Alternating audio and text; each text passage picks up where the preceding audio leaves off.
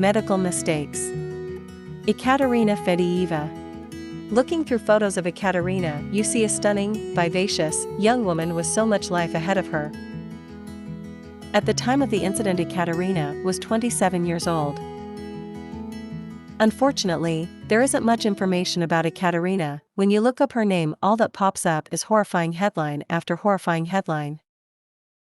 Ekaterina was from the Russian city of Ulyanovsk. Ekaterina walked into a Russian hospital expecting to undergo a surgery to remove ovarian cysts. The surgery was described as routine. The details of what happened during the surgery aren't 100% clear, but the results were anything but routine. After the surgery, Ekaterina's body temperature rose and she started to complain of abdominal pains. Ekaterina would suffer unimaginable pain for 2 days. She had convulsions, she went into a coma, and her heart stopped several times. She was attached to an artificial lung to assist her breathing. After being flown to a hospital located in Moscow, Ekaterina briefly woke from her coma before dying of multiple organ failure. Her mother, Galina Baryshnikova, and husband Igor were with her when she woke from her coma. Quotes from her mother. "Her legs were moving, she had convulsions, her whole body was shaking," said her mother. "I put socks on her, then a robe, then a blanket, but she was shivering to such an extent, I can't even describe it." The doctors didn't admit exactly what had happened, a female doctor allegedly telling her a medical mistake took place. Doctors pumped somewhere around 52 drugs into Ekaterina in hopes that her condition could be stabilized. What could have possibly happened during that routine surgery?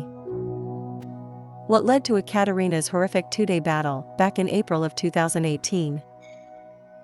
The full truth may never be known, but what is known is so tragic and horrifying it's almost unbelievable.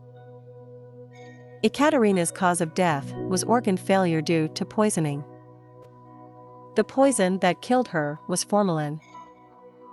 Formalin is a substance derived from formaldehyde. Formaldehyde is a substance used for preserving corpses. Basically, Ekaterina was embalmed alive.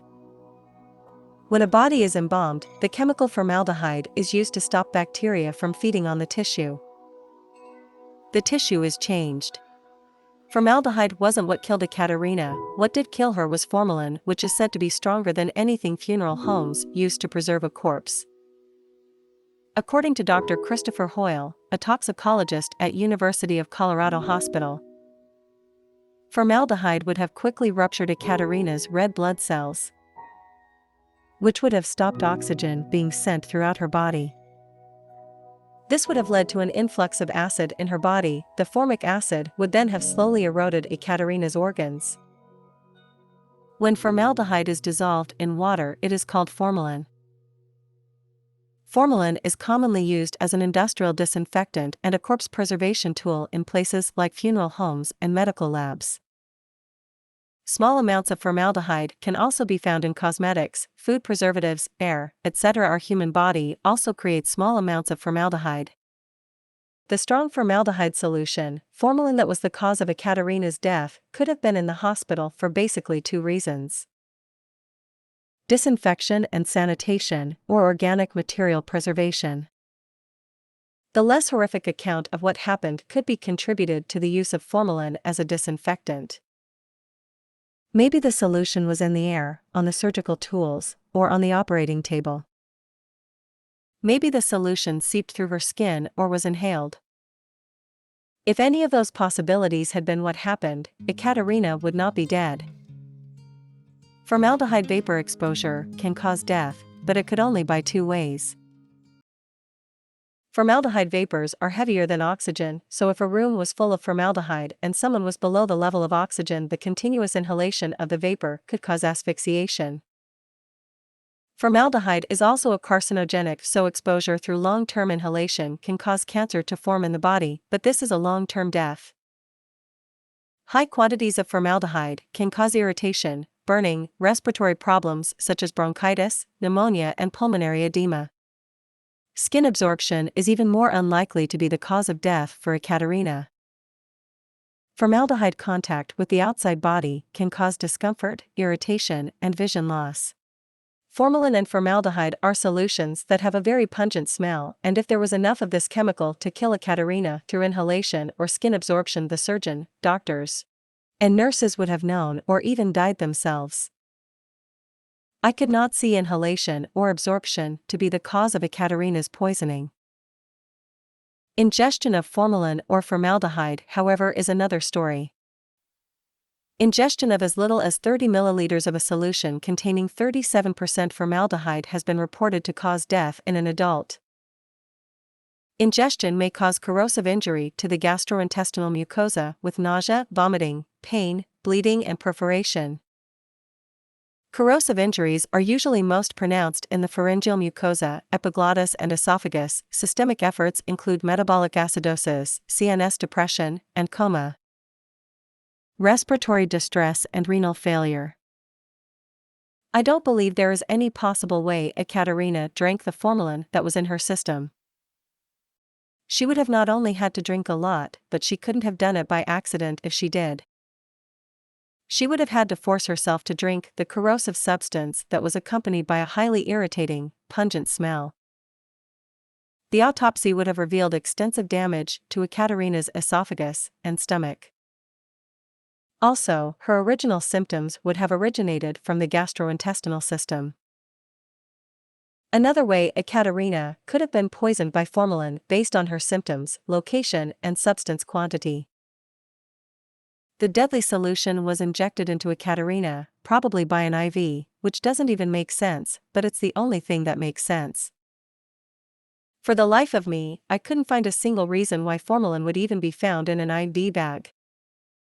A solution in an IV bag is used to inject a liquid substance through a patient's vein. The substance is literally dispersed through the body by the circulatory system, which needs the heart to be pumping to distribute the solution. Mortuaries don't even use IV drips to embalm a person.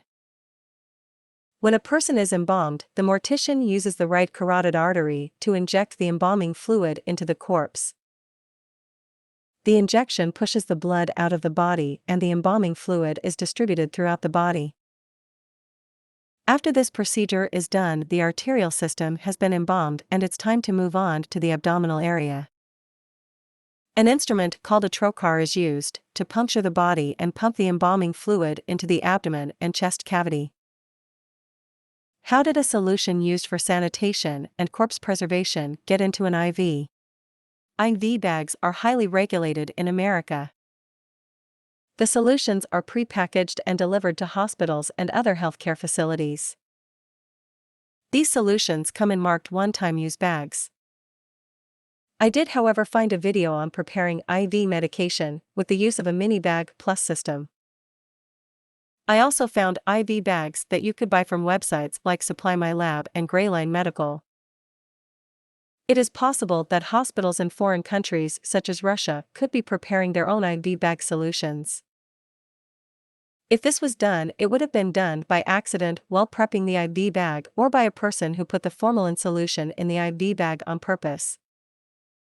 Remember, the smell of this solution is unmistakably strong and pungent. It also causes burning sensation and irritation. Ingestion of formalin into the human body seem to be the only two ways Ekaterina's death could have been caused.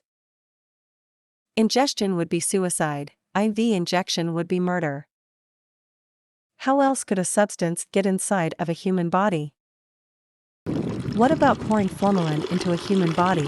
Can that happen during a surgery? Yes, it can, and unfortunately it did. When Ekaterina went to the hospital to get the cysts in her ovaries removed, the procedure actually went well. It was time to close the wound. Before the surgeon could, however, he had to preform a wound irrigation. This procedure is when a solution, usually saline, is used to clean the open wound. This step is to help reduce the chances of bacterial infection. Unfortunately, the saline solution was not used, formalin was. The medical team tried to wash Ekaterina's abdominal cavity, but it was too late. Ekaterina was buried on April 7, 2018, The medical center where the surgery took place seems to never be named. The surgeon and several other staff members were fired and Russian authorities began a criminal investigation.